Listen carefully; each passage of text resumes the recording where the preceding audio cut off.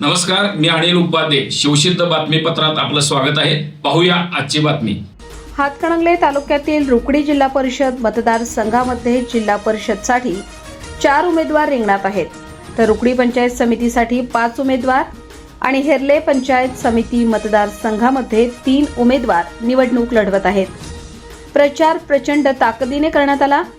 वादविवाद टाळत विकासावर चर्चा करण्यावर उमेदवारांनी जास्त भर दिला. आज प्रत्यक्ष मतदानाला सुरुवात झाली. दुपारी 1:30 वाजेपर्यंत रुकडी इथं 35% मतदान झालं होतं, तर हेरले इथं 52% मतदान झालं होतं. खासदार धैर्यशील माने, वेदांतिका माने यांनी 11 वाजता रुकडी इथं आपला मतदानाचा हक्क बजावला, तर दुपारी 2 वाजता माजी खासदार निवेदिता माने यांनी आपला मतदानाचा हक्क बजावला.